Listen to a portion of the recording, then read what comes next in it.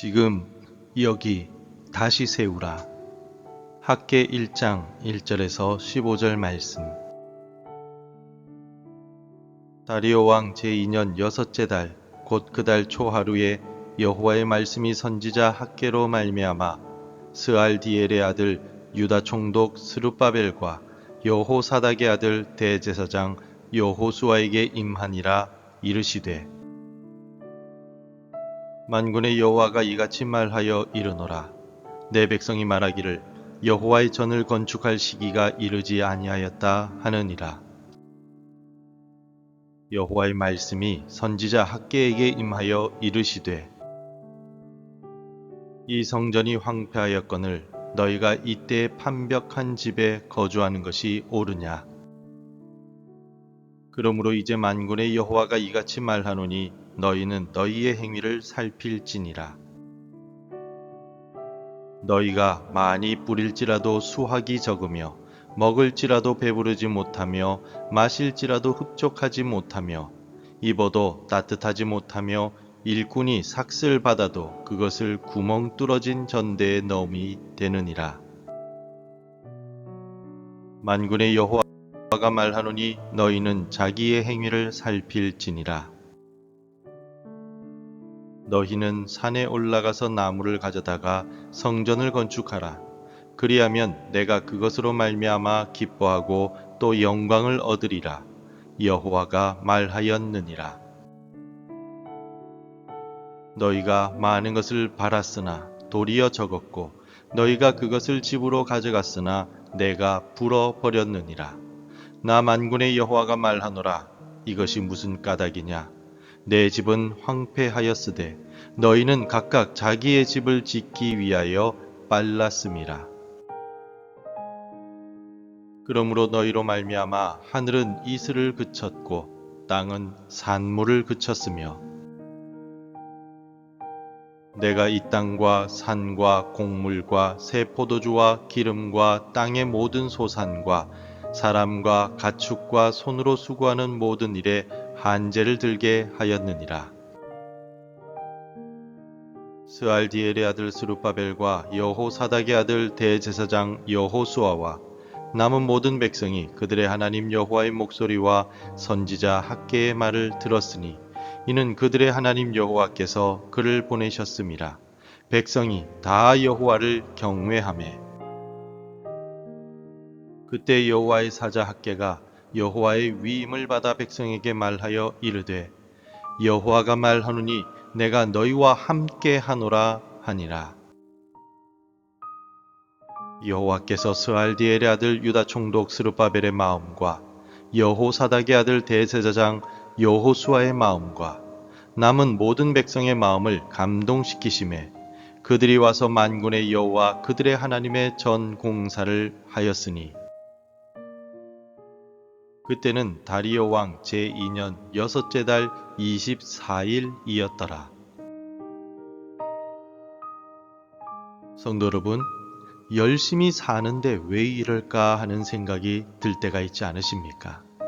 마치 밑 빠진 독에 물을 붓는 것처럼 아무리 애를 써도 통장은 비어만 가고 마음은 공허하며 관계는 메말라 가는 것 같은 느낌 말입니다.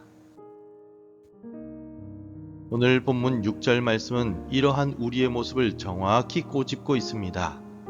너희가 많이 뿌릴지라도 수확이 적으며 먹을지라도 배부르지 못하며 마실지라도 흡족하지 못하며 입어도 따뜻하지 못하며 일꾼이 삭슬 받아도 그것을 구멍 뚫어진 전대에 넣음이 되느니라.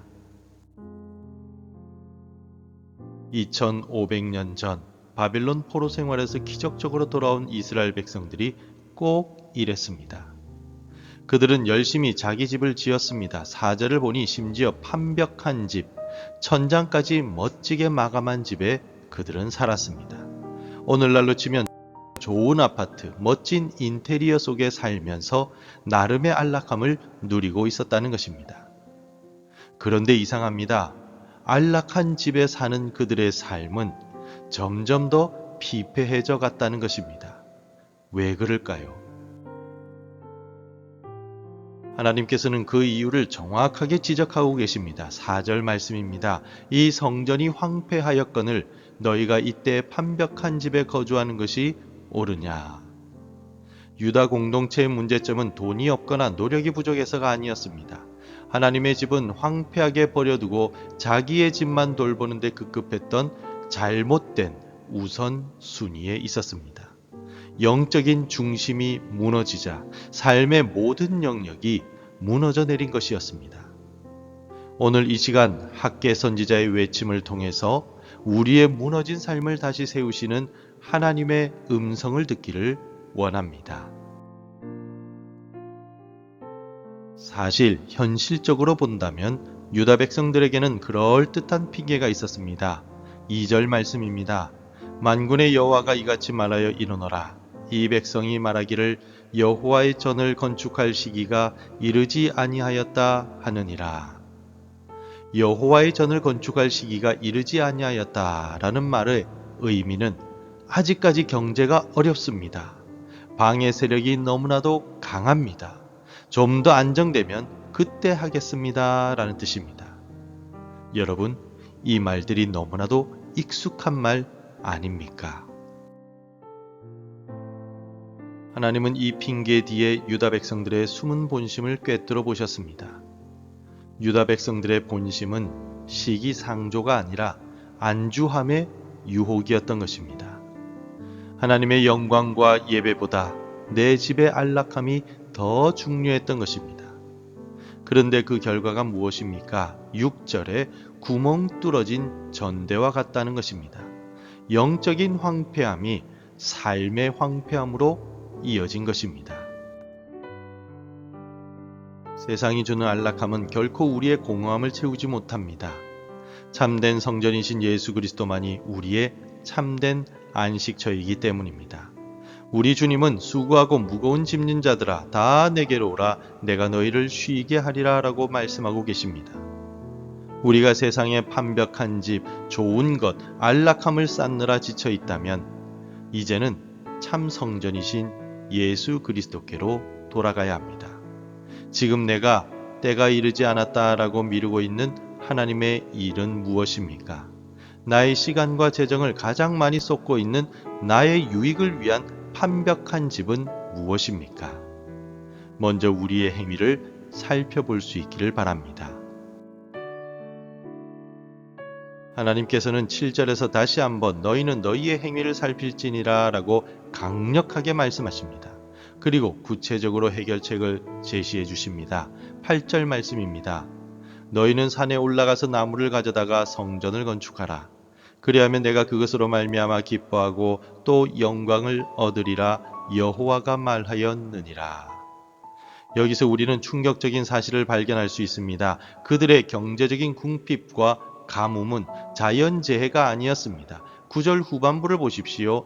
나 만군의 여호와가 말하노라. 내 집은 황폐하였으되 너희는 각각 자기의 집을 짓기 위하여 빨랐음이라 라고 기록하고 있습니다. 또 9절에서 하나님께서 불어버리셨다라고 말씀하십니다. 유다 백성들의 삶이 힘들었던 이유는 하나님의 집을 방치했기 때문입니다. 하나님은 성전 건축을 부담으로 주신 것이 아니라 그들의 삶을 회복할 해결책으로 주신 것입니다.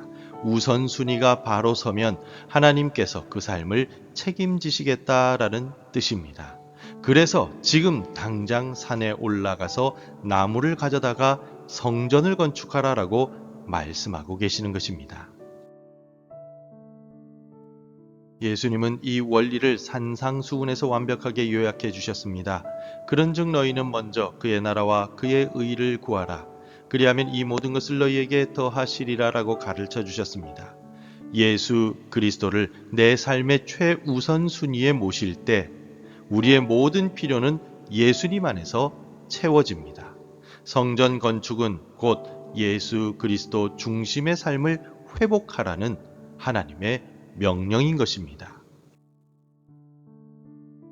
그렇다면 오늘 내가 지금 당장 올라가서 건축해야만 할 산은 어디입니까?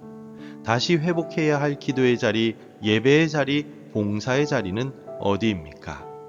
하나님의 영광을 위해서 지금 당장 나무를 가져오는 작은 순종을 시작할 수 있기를 바랍니다. 학개의 책망은 백성들의 마음을 움직였습니다. 12절을 보시겠습니까? 스룹바벨과 여호수아와 남은 백성이 하나님의 목소리를 청종하고 하나님을 경외했다라고 기록합니다. 그들이 두려움으로 순종을 결단했을 때 하나님께서는 즉각적으로 응답해 주셨습니다. 13절, 오늘 말씀에 기록된 가장 위대한 하나님의 약속의 말씀입니다. 우리 함께 읽겠습니다. 그때 여호와의 사자 학개가 여호와의 위임을 받아 백성에게 말하여 이르되 여호와가 말하노니 내가 너희와 함께 하노라 하니라. 성도 여러분, 하나님께서 우리의 인생에서 주실 수 있는 최고의 복이 무엇입니까? 물질일까요? 건강일까요? 아닙니다. 하나님이 우리와 함께 하시는 것 바로 임마누엘이 우리가 누릴 수 있는 인생 최고의 복입니다.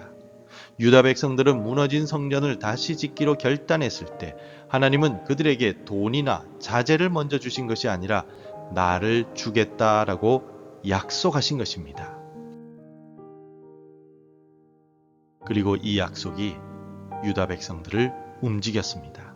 14절 말씀입니다. 여호와께서 그들의 마음을 감동시키심에 그들이 와서 역사를 하였으니 라고 기록합니다.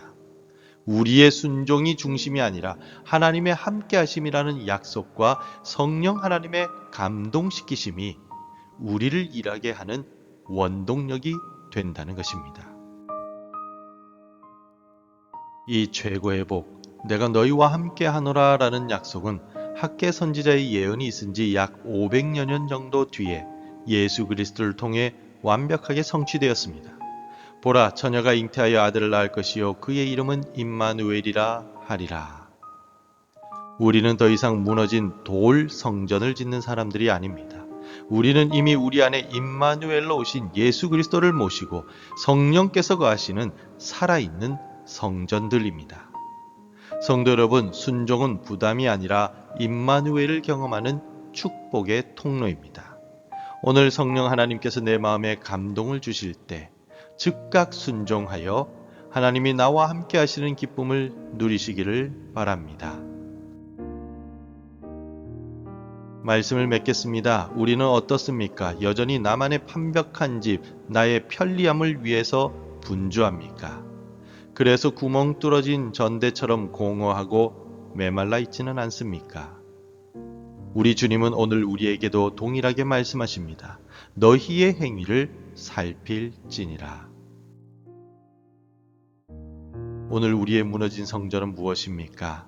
나의 개인적인 예배와 기도의 자리는 황폐하지 않습니까?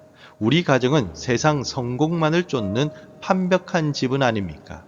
아니면 하나님을 예배하는 작은 교회가 우리 가정입니까?